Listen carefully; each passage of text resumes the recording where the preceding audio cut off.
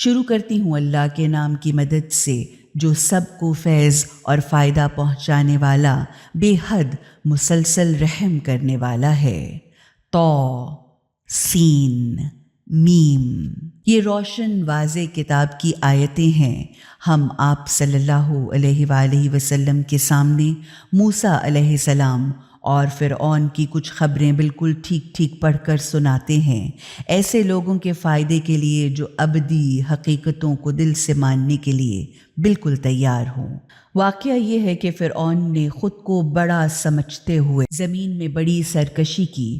اس نے زمین پر رہنے والوں کو مختلف گروہوں، طبقوں اور جماعتوں میں بانٹ رکھا تھا۔ پھر وہ ایک گروہ کے ذریعے ان میں سے دوسرے گروہ کو کمزور بنا کر ذلیل کرتا تھا، اس طرح کہ وہ ان کی بیٹیوں کو تو ذبح کر دیتا تھا اور ان کے بیٹوں کو زندہ رکھ لیتا تھا۔ حقیقتاً وہ خرابی پھیلانے والے فسادیوں میں سے تھا، اور ہم نے بھی یہ ارادہ کر لیا تھا کہ احسان اور مہربانی کریں ان لوگوں پر جن کو کمزور بنا کر پیسا گیا تھا، پھر انہی کو دنیا کا پیشوا بھی بنائیں اور انہی کو آخر میں ہر چیز کا مالک بنا دیں، ان کو زمین میں اقتدار بخشیں، اور فرعون اور حامان اور ان کے تمام لشکروں کو وہی کچھ دکھلا دیں جس سے وہ ڈرتے تھے اور بچنا چاہتے تھے۔ تو ہم نے موسیٰ علیہ السلام کی ماں کو وحی کی کہ تم موسیٰ کو دودھ پلاؤ، اس کے بعد جب تمہیں اس کی جان کا خطرہ ہو تو اسے دریا میں ڈال دو اور ڈرو مت اور نہ غم کرو، ہم اسے تمہارے ہی پاس واپس لے آئیں گے اور اس کو پیغمبروں میں سے قرار دیں گے، یعنی اسے پیغمبروں میں شامل کریں گے۔ تو آخرکار موسیٰ علیہ السلام کو فرعون کے گھر والوں نے اٹھا لیا تاکہ وہ ان کے لیے ان کے دشمن اور باعث رنج و غم بنے۔ واقعی فرعون اور حامان اور ان کے لشکر اپنی تدبیروں اور چالاکیوں میں بڑی غلطی کرنے والے تھے۔ غرض فرعون کی بیوی نے فرعون سے کہا، یہ میرے اور تیرے لیے آنکھوں کی ٹھنڈک ہے، تم لوگ اسے قتل نہ کرو، بہت ممکن ہے کہ یہ ہمیں فائدہ پہنچائے یا پھر ہم اسے اپنا بیٹا ہی بنا لیں، مگر وہ لوگ اپنے اس کام کے انجام سے بے خبر تھے۔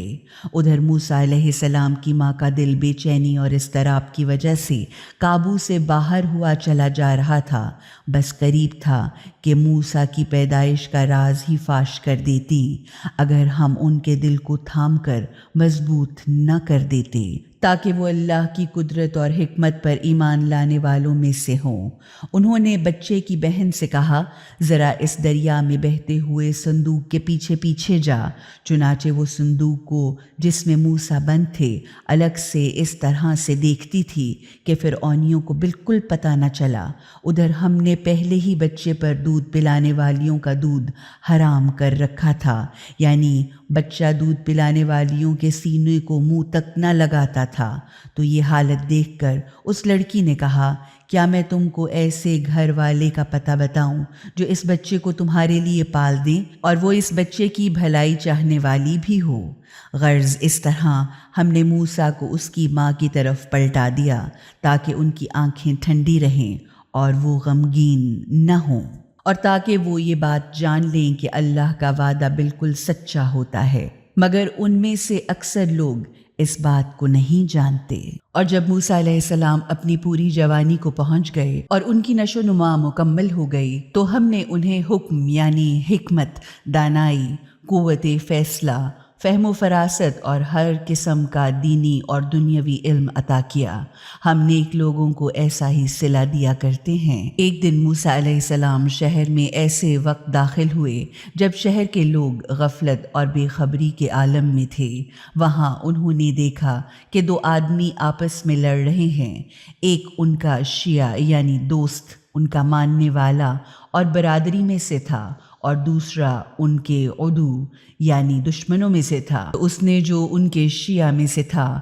دشمن قوم والے کے خلاف فریاد کرتے ہوئے موسیٰ کو مدد کے لیے پکارا، تو موسیٰ نے اسے ایک گھونسا مار دیا، تو اس گھونسے نے اس کا کام تمام ہی کر دیا۔ موسیٰ نے کہا یہ تو شیطان کی کارستانی ہے، بلا شبہ وہ ہمارا کھلا ہوا گمراہ کرنے والا دشمن ہے۔ پھر موسیٰ علیہ السلام نے دعا کی، اے میرے پالنے والے مالک، میں نے تو اپنے ہی اوپر ظلم کر ڈالا، یعنی مجھ سے تو قصور ہو گیا، اب تو مجھے معاف کر دے۔ تو خدا نے انہیں معاف کر دیا۔ یعنی موسیٰ علیہ السلام نے کہا، اے میرے پالنے والے مالک، اب تو اس کام پر پردہ ڈال دے، تو خدا نے اس کام کو اپنی رحمت سے چھپا دیا۔ حقیقتاً وہ بڑا معاف کرنے والا، پردہ پوشی کرنے والا اور بے حد مسلسل رحم کرنے والا ہے۔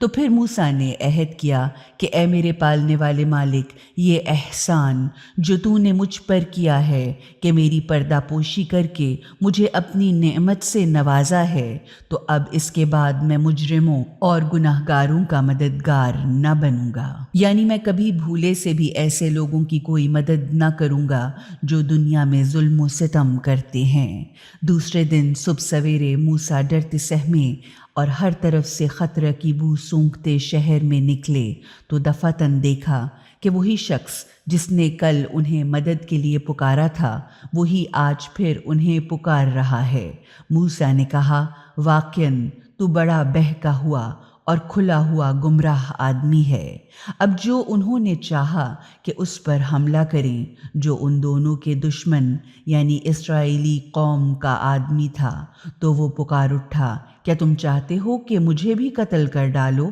جس طرح تم نے کل ایک آدمی کو قتل کیا ہے؟ تم اس ملک میں جبار یعنی جبر کرنے والے سرکش بن کر رہنا چاہتے ہو، یا تم دنیا میں اپنا زور بٹھانا چاہتے ہو، اور تم یہ نہیں چاہتے کہ دنیا میں صلح صفائی اور اصلاح کرو؟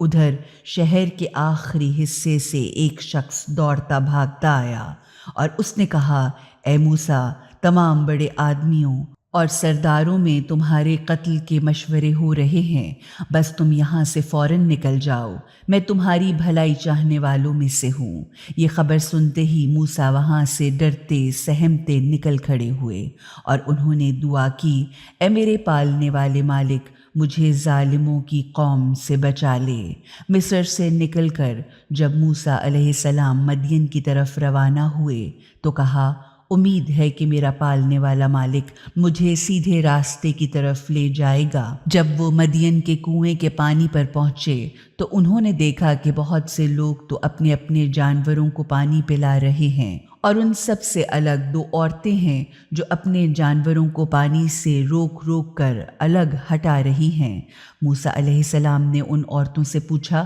تم دونوں کا کیا مسئلہ ہے، یا تم دونوں کو کیا پریشانی ہے؟ انہوں نے کہا، ہم اپنے جانوروں کو پانی نہیں پلا سکتے جب تک کہ یہ چرواہے اپنے اپنے جانوروں کو پانی پلا کر نہ لے جائیں، کیونکہ ہمارے والد ایک بہت بوڑھے آدمی ہیں۔ تو موسیٰ علیہ السلام نے ان دونوں کے جانوروں کو پانی پلا دیا، پھر ایک سائے میں آ بیٹھے اور دعا کی، اے میرے پالنے والے مالک، اس وقت تو مجھ پر جو نعمت بھی اتارے میں اس کا محتاج ہوں۔ ابھی کچھ دیر نہ گزری تھی کہ ان دونوں عورتوں میں سے ایک عورت شرم و حیا کے ساتھ راستہ چلتی ہوئی آئی اور کہا کہ میرے والد آپ کو بلا رہے ہیں تاکہ آپ نے ہمارے لیے ہمارے جانوروں کو جو پانی پلایا ہے اس کا معاوضہ آپ کو دیں۔ پھر جب موسیٰ علیہ السلام ان کے پاس آئے اور انہیں اپنا سارا قصہ سنایا تو انہوں نے کہا، اب کچھ خوف نہ کرو، اب تم ظالم لوگوں سے بچ نکلے ہو۔ ان دونوں عورتوں میں سے ایک نے کہا، ابا جان، ان کو مزدوری پر نوکر رکھ لیجئے، کیونکہ بہترین شخص جسے آپ مزدوری کے لیے رکھیں وہی ہو سکتا ہے جو طاقتور بھی ہو اور امانت دار بھی۔ اس پر اس کے باپ نے موسیٰ سے کہا، میں چاہتا ہوں کہ اپنی ان دونوں بیٹیوں میں سے ایک کا نکاح تمہارے ساتھ کر دوں، بشرط یہ کہ تم 8 سال تک میرے ہاں اجرت پر نوکری کرو، اور اگر 10 سال پورے کر دو تو وہ تمہاری مرضی ہے، یعنی اگر 10 سال پورے کر دو تو یہ تمہاری طرف سے احسان ہوگا، اور میں تم پر کوئی سختی کرنا نہیں چاہتا۔ اگر اللہ نے چاہا تو تم مجھے خوش معاملہ اور اچھا آدمی پاؤ گے۔ موسیٰ علیہ السلام نے کہا، اچھا تو اب یہ بات میرے اور آپ کے درمیان طے ہو گئی۔ ان دونوں مدتوں میں سے جو مدت بھی میں پوری کروں تو مجھ پر کوئی الزام یا جبر نہ ہوگا، اور یہ باتیں جو ہم سن رہے ہیں، یعنی یہ جو قول و قرار ہم کر رہے ہیں، اللہ اس پر گواہ اور نگہبان ہے۔ جب موسیٰ علیہ السلام نے وہ مدت پوری کر دی اور اپنے اہل و عیال کو لے کر چلے تو انہیں طور کی طرف ایک آگ نظر آئی۔ انہوں نے اپنے گھر والوں سے کہا، تم ذرا ٹھہرو، میں نے ایک آگ دیکھی ہے، شاید میں وہاں سے تمہارے پاس راستے کی کوئی خبر لاؤں یا اس آگ سے کوئی انگارہ ہی اٹھا لاؤں جس سے تم اپنے آپ کو تاپ سکو۔ تو جب وہ وہاں گئی تو اس مبارک خطے میں وادی کی داہنی جانب ایک درخت سے انہیں آواز دی گئی، اے موسیٰ، میں اللہ ہوں، تمام جہانوں کا پالنے والا مالک، اور یہ کہ تم اپنی لاٹھی پھینک دو۔ اب جو موسیٰ نے دیکھا تو وہ لاٹھی سانپ کی طرح لہراتی ہوئی بل کھا رہی تھی، یعنی وہ حرکت کر رہی تھی جیسا کہ وہ ایک سانپ ہے۔ تو موسیٰ پیٹھ پھیر کر مڑے اور پھر تو پلٹ کر بھی نہ دیکھا۔ حکم ہوا، موسیٰ آگے بڑھو اور ڈرو مت، تم بالکل محفوظ ہو۔ اچھا، اب اپنا ہاتھ اپنے گریبان میں ڈالو، وہ چمکتا ہوا نکلے گا مگر بغیر کسی بیماری یا تکلیف کے، اور خوف دور کرنے کے لیے تم اپنے بازوؤں کو اپنے پہلو سے ملا کر سمیٹ لو، اس طرح تمہارا خوف دور ہو جائے گا۔ یہ دونوں روشن اور واضح سندیں یا نشانیاں ہیں تمہارے پالنے والے مالک کی طرف سے فرعون اور اس کے درباریوں کے سامنے پیش کرنے کے لیے۔ حقیقتاً وہ بڑے ہی نافرمان اور بدعمال لوگ ہیں۔ موسیٰ علیہ السلام نے عرض کی، میرے مالک، میں تو ان کا ایک آدمی قتل کر چکا ہوں، اس لیے ڈرتا ہوں کہ وہ مجھے مار ڈالیں گے، اور میرے بھائی ہارون تو مجھ سے زیادہ اچھی طرح بولنے والے، خوش بیان، زبان آور، فصیح ہیں، انہیں میرا مددگار بنا کر میرے ساتھ بھیج دیجیے تاکہ وہ میری تائید اور تصدیق کریں، کیونکہ میں ڈرتا ہوں کہ وہ لوگ مجھے بری طرح جھٹلا دیں گے۔ اللہ نے فرمایا، ہم تمہارے بھائی کو تمہارا قوت بازو بنا دیتے ہیں، یا ہم تمہارے بھائی کے ذریعے تمہارا ہاتھ مضبوط کریں گے، اور ہم تم دونوں کو ایسا خاص غلبہ اور روب داب عطا کریں گے کہ وہ تمہارا کچھ بھی تو نہ بگاڑ سکیں گے۔ ہماری ان نشانیوں اور معجزوں کی وجہ سے غلبہ تمہارا اور تمہاری پیروی کرنے والوں ہی کا ہوگا۔ پھر جب موسیٰ علیہ السلام ان فرعونیوں کے پاس ہماری کھلی نشانیوں کے ساتھ آئے تو ان لوگوں نے کہا، یہ تو سب بناوٹی جادو کے سوا کچھ نہیں ہے، رہی یہ تمہاری سب دلیلیں تو ایسی باتیں تو ہم نے اپنے پچھلے باپ داداؤں کے زمانے میں بھی کبھی نہیں سنی۔ موسیٰ علیہ السلام نے جواب دیا، میرا پالنے والا مالک خوب جانتا ہے کہ کون اس کی طرف سے ہدایت کا سامان لے کر آیا ہے، اور آخری انجام یعنی آخرت کی کامیابی کس کے لیے ہوگی۔ حقیقت یہ ہے کہ ظالم لوگ دین، دنیا اور آخرت کی مکمل بہتری یا حقیقی ابدی اور بھرپور کامیابی ہرگز نہیں پائیں گے۔ اس پر فرعون نے کہا، اے اہل دربار، مجھے تو تمہارے لیے اپنے سوا کسی خدا کا کوئی علم نہیں، یعنی میں تو اپنے سوا تمہارے کسی خدا کو نہیں جانتا۔ تو اے حامان، ذرا اینٹیں پکوا کر میرے لیے اور اونچی ایک عمارت بنوا لو تاکہ میں اس پر چڑھ کر موسیٰ کے خدا کا پتہ لگا سکوں، حالانکہ میں تو اسے بالکل جھوٹا سمجھتا ہوں۔ غرض فرعون اور اس کی فوجوں نے ناحق خود کو بڑا سمجھ کر تکبر کیا، کیونکہ وہ سمجھتے تھے کہ انہیں ہماری طرف کبھی پلٹنا ہی نہیں ہے۔ تو پھر ہم نے فرعون کو اور اس کے لشکروں کو پکڑ لیا اور سمندر میں پھینک دیا۔ تو اب دیکھ لو کہ کیسا برا انجام ہوا ظالموں کا، یعنی تو اب دیکھ لیا کہ ظالموں کا کیا حشر ہو گیا۔ ہم نے انہیں ایسے امام یعنی پیشوا، رہنما اور لیڈر بنا دیا جو آگ کی طرف بلاتے تھے، یعنی ہم نے انہیں جہنم کی طرف بلانے والے پیش رو یا امام بنا دیا،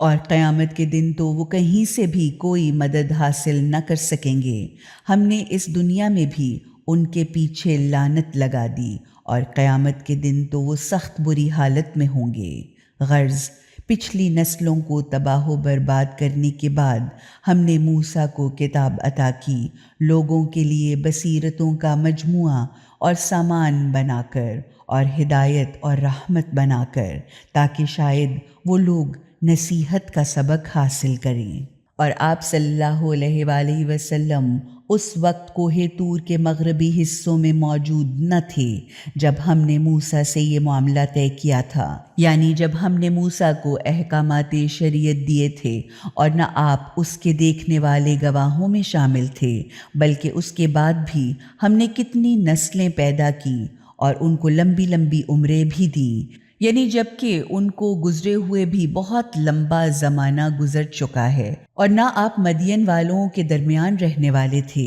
کہ ان پر ہماری آیتیں پڑھتے اور سناتے، لیکن ہم نے ان کی طرف بھی رسول بھیجے تھے۔ اور نہ آپ اس وقت طور کے مغربی کنارے پر موجود تھے جب ہم نے موسیٰ کو پکارا تھا، مگر یہ آپ صلی اللہ علیہ وآلہ وسلم کے پالنے والے مالک کی طرف سے آپ پر رحمت ہے کہ یہ تمام باتیں آپ کو بتائی جا رہی ہیں، تاکہ آپ ان لوگوں کو برائی کے برے انجام سے ڈرائیں جن کے پاس آپ سے پہلے کوئی ڈرانے والا نبی نہیں آیا، شاید کہ وہ نصیحت قبول کر کے ہوش میں آ جائیں۔ اور یہ سب کچھ ہم نے اس لیے کیا ہے کہ کہیں ایسا نہ ہو کہ جب ان پر ان کے اپنے ہاتھوں سے کیے ہوئے ظلم اور برے کاموں کی سزاؤں میں کوئی مصیبت آ جائے تو وہ یہ نہ کہیں کہ اے ہمارے پالنے والے مالک، تو نے کیوں نہ ہماری طرف کوئی اپنا پیغام لانے والا رسول بھیج دیا کہ ہم تیری آیتوں، باتوں اور احکامات کی پیروی کرتے اور اس طرح ایمان لانے والوں میں سے ہو جاتے۔ مگر جب ہمارے ہاں سے حق ان کے پاس آیا تو وہ کہنے لگے، کیوں نہ انہیں وہی کچھ دیا گیا جو موسیٰ کو دیا گیا تھا۔ تو کیا یہ لوگ اس پیغام کا انکار نہیں کر چکے جو اس سے پہلے موسیٰ کو دیا گیا تھا؟ انہوں نے یہی تو کہا تھا کہ یہ قرآن اور تورات دونوں جادو ہیں جو ایک دوسرے کی مدد کرتے ہیں، اور پھر انہوں نے کہا کہ ہم تو ان سب کا انکار کرتے ہیں، یعنی ہم ان میں سے کسی کو بھی نہیں مانتے۔ آپ صلی اللہ علیہ وآلہ وسلم کہہ دیجئے، اچھا تو پھر لاؤ اللہ کی طرف کی کوئی کتاب جو ان دونوں قرآن اور تورات سے زیادہ ہدایت کرنے والی یا صحیح راستہ بتانے والی ہو، تاکہ میں اس کی پیروی کروں اگر تم سچے ہو۔ اب بھی اگر وہ آپ کی بات نہ مانے تو جان لیجئے کہ دراصل وہ صرف اپنی نفسانی خواہشوں کے پیچھے پیچھے چلتے ہیں، اور اس شخص سے بڑھ کر کون گمراہ ہوگا جو خدا کی طرف کی ہدایت کے بغیر صرف اپنی خواہشات کے پیچھے پیچھے چلے۔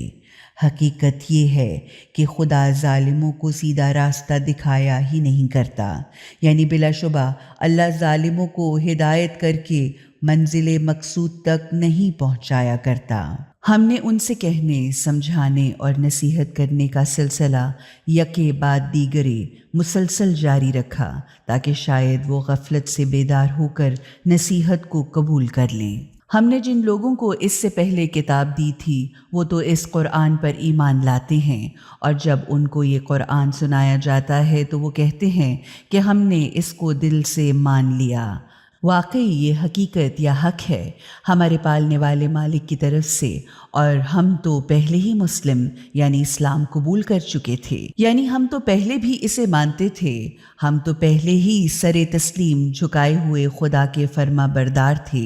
یہی وہ لوگ ہیں جن کو دوگنا اجر دیا جائے گا، اس لیے کہ انہوں نے صبر سے کام لیا اور وہ برائی کو بھلائی سے دور کرتے ہیں، اور جو کچھ رزق یا روزی ہم نے ان کو دی ہے اس میں سے خدا کی راہ میں خیرات کرتے ہیں۔ اور جب انہوں نے لغو یعنی جھوٹی بیہودہ گندی فضول باتیں سنی تو یہ کہتے ہوئے ان سے بے پرواہی، علیحدگی اور کنارہ کشی اختیار کی کہ ہمارے لیے ہمارے اعمال ہیں اور تمہارے لیے تمہارے اعمال ہیں، خدا حافظ، تم سلامت رہو۔ ہمارے لیے یہ ہرگز مناسب نہیں کہ ہم جاہلوں، بے سمجھ لوگوں، یعنی جان بوجھ کر ابدی حقیقتوں کو نہ ماننے اور نہ سمجھنے والوں کا سا طریقہ اختیار کریں، یعنی جاہل بے سمجھوں سے ہمیں کوئی مطلب نہیں۔ غرض آپ صلی اللہ علیہ وآلہ وسلم جسے چاہیں اسے ہدایت دے کر سیدھے راستے پر نہیں لگا سکتے،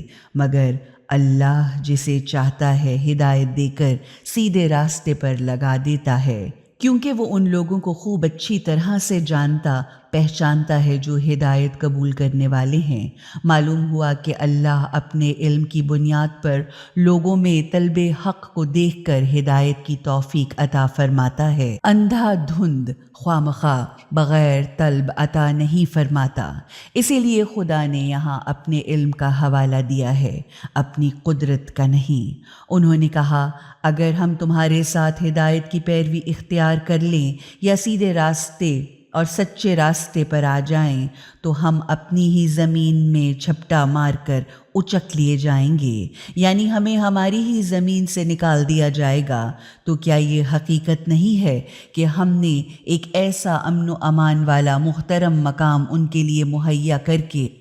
ان کے رہنے کی جگہ بنا دیا ہے، جہاں ہمارے دیے ہوئے رزق کے طور پر ہر طرح کے پھل کھچے ہی چلے آتے ہیں، مگر ان میں سے اکثر لوگ اس حقیقت کا علم نہیں رکھتے۔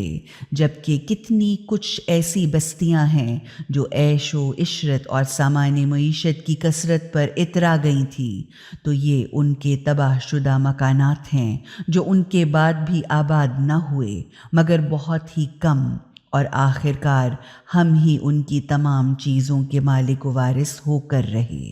اور آپ صلی اللہ علیہ وآلہ وسلم کا پالنے والا مالک بستیوں کو ہلاک و برباد کرنے والا نہ تھا جب تک کہ ان کی مرکزی آبادی میں کوئی پیغمبر نہ بھیج دیتا جو ان کو ہماری آیتیں سناتا، اور ہم بستیوں کو ہلاک کرنے والے نہ تھے جب تک کہ ان کے رہنے والے ظالم یا سخت شریر نہ ہو جاتے۔ غرض تم لوگوں کو جو کچھ بھی دیا گیا ہے وہ تو صرف دنیا کی زندگی کا ساز و سامان اور یہیں کی زیب و زینت ہے، اور جو کچھ کہ اللہ کے پاس ہے وہ اس سے کہیں بہتر اور زیادہ پائیدار یعنی ہمیشہ رہنے والا ہے۔ پھر تم عقل سے کام کیوں نہیں لیتے؟ بھلا وہ شخص جس سے ہم نے اچھا وعدہ کر رکھا ہو اور وہ اس وعدہ آخرت کو پانے والا بھی ہو، کسی طرح سے بھی اس شخص جیسا ہو سکتا ہے جسے ہم نے صرف دنیا کا چند روزہ ساز و سامان دے دیا ہو،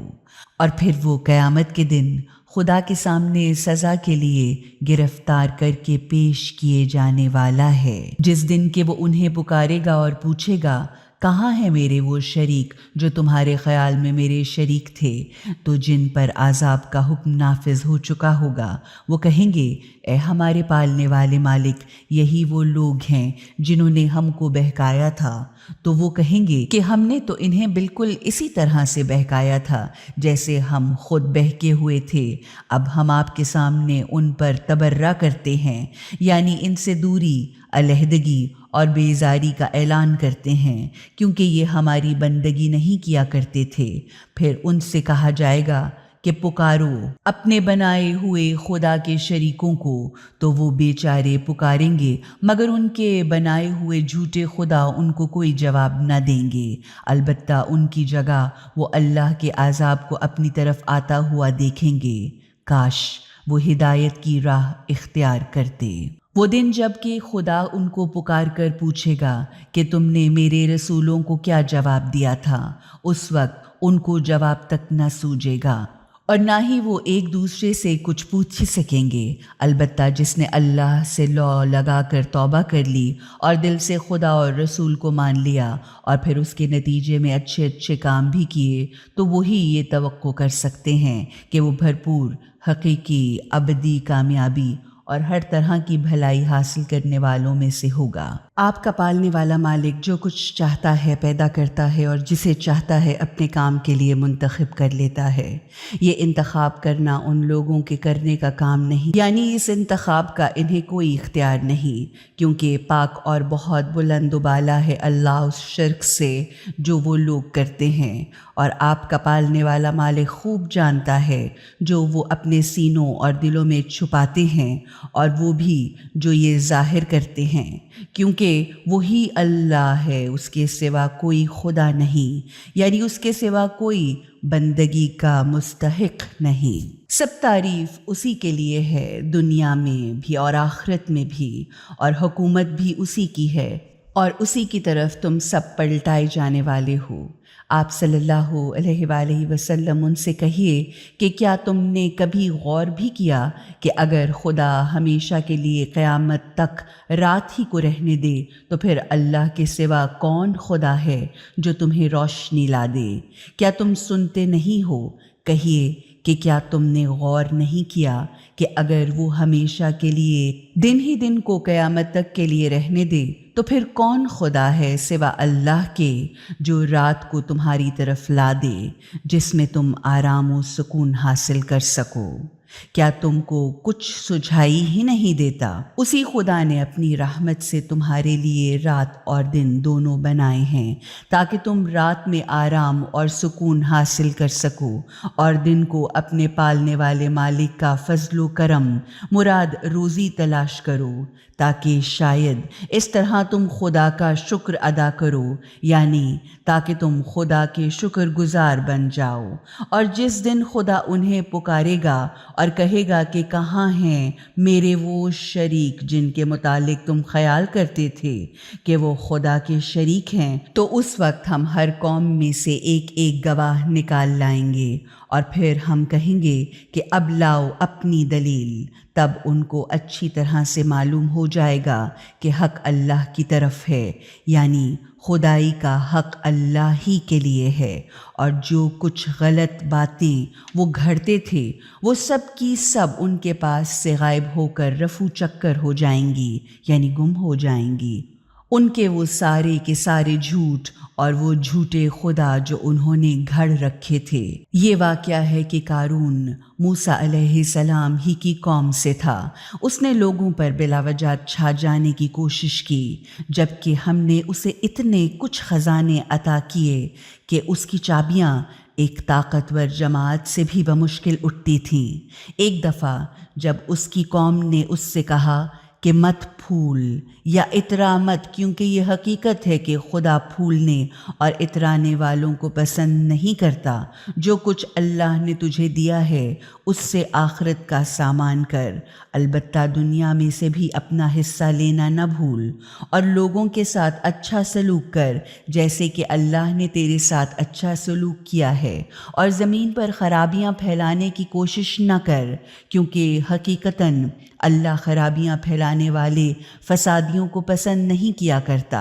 اس پر قارون نے کہا، یہ سب کچھ تو مجھے خدا کی وجہ سے نہیں بلکہ اس علم اور ہنرمندی کی وجہ سے ملا ہے جو میرے پاس ہے۔ کیا اس احمق کو یہ علم نہ تھا کہ اللہ اس سے پہلے بہت سی ایسی نسلوں اور قوموں کو ان کے اسی تکبر اور ناشکری کی وجہ سے ہلاک و برباد کر چکا ہے، جو اس سے کہیں زیادہ طاقت، جماعت اور سرمایہ رکھتی تھیں؟ ایسے مجرموں سے تو ان کے گناہ بھی نہیں پوچھے جاتے، یعنی بلا حساب کتاب بلا تاخیر مرتے ہی فوراً جہنم میں جھونک دیے جاتے ہیں۔ ایک دن وہ احمق اپنی قوم کے سامنے اپنے پورے ساز و سامان اور ٹھاٹ باٹ کے ساتھ نکلا، تو جو لوگ دنیا کی زندگی کے طلبگار تھے وہ اسے دیکھ کر کہنے لگے، کاش ہمارے لیے بھی وہی کچھ ہوتا جو قارون کو دیا گیا ہے۔ یہ ہے بڑا خوش نصیب، یعنی بڑا نصیب والا۔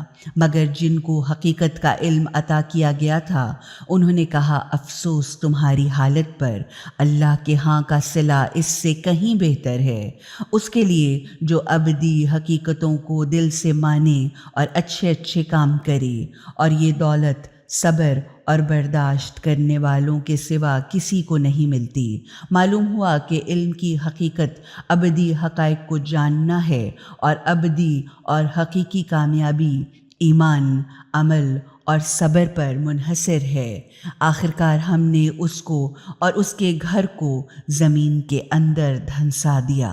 تو اب اس کے حامیوں کا کوئی گروہ نہ تھا جو اللہ کے مقابلے پر اس کی مدد کرتا، اور نہ ہی وہ خود ہی اپنے لیے کچھ کر سکا۔ اور وہ لوگ جو کل اس کے مقام، منزلت یا درجے کی تمنا کر رہے تھے، اب کہنے لگے افسوس ہماری حالت پر، ہم بھول گئے تھے کہ اللہ اپنے بندوں میں سے جس بندے کا رزق چاہتا ہے بڑھا کر کشادہ کر دیتا ہے، اور جس کے لیے چاہتا ہے تنگی کر دیتا ہے، یعنی جسے چاہتا ہے وسیع رزق دیتا ہے اور جسے چاہتا ہے نپاتلا رزق دیتا ہے۔ اگر اللہ نے ہم پر احسان نہ کیا ہوتا تو ہمیں بھی اسی طرح زمین میں دھنسا دیتا۔ افسوس ہم کو یاد ہی نہ رہا کہ کافر یا حق کے منکر وقتی ظاہری کامیابی کے سوا کبھی حقیقی ابدی بھرپور کامیابی اور ہر طرح کی بھلائی اور بہتری حاصل نہیں کر سکتے۔ وہ آخرت کا گھر تو ہم ان لوگوں کے لیے قرار دیتے ہیں جو زمین میں دوسروں پر چھا جانے کی خواہش نہیں رکھتے، اور نہ زمین پر فساد یا خرابیاں پھیلانا چاہتے ہیں، اور انجام کی بہتری اور بھلائی، دھونس جمانے اور دوسروں پر چھا جانے کی بری خواہش سے بچے رہنے والے متقین کے لیے ہے۔ غرض جو کوئی بھی نیکی اور بھلائی لے کر وہاں آئے گا، اس کے لیے وہاں اس سے کہیں بہتر بھلائی اور بہتری ہے، اور جو وہاں برائی لے کر آئے گا تو برائیاں کرنے والوں کو بالکل ویسے ہی بدلے کے سوا کچھ اور نہ ملے گا۔ ان کو بس وہی کچھ ملے گا جیسے کام وہ کیا کرتے تھے،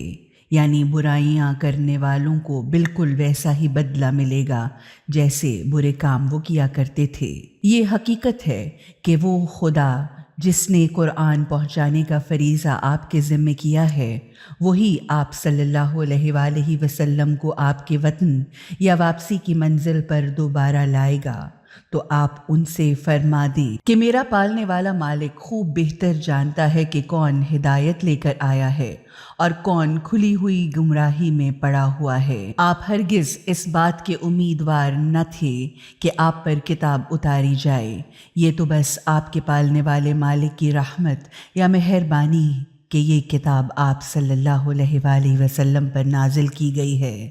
تو آپ کبھی کافروں یا حق کے منکروں کے مددگار نہ بنیے گا، اور ایسا کبھی نہ ہونے پائے کہ اللہ کی آیتیں جب آپ پر اتریں تو کفار آپ کو ان کے سنانے یا ان پر عمل کرنے سے روک دیں۔ آپ لوگوں کو اپنے پالنے والے مالک کی طرف بلائیں اور ہرگز مشرکوں میں شامل نہ ہوں، اور اللہ کے ساتھ کسی دوسرے خدا کو نہ پکاریے، کیونکہ اس کے سوا کوئی خدا ہے ہی نہیں۔ ہر چیز فنا ہونے والی ہے سوا خدا کے چہرے کے یا سوا خدا کی ذات کے۔ اسی کی حکومت ہے اور اسی کی طرف تم لوگوں کو پلٹ کر جانا ہے۔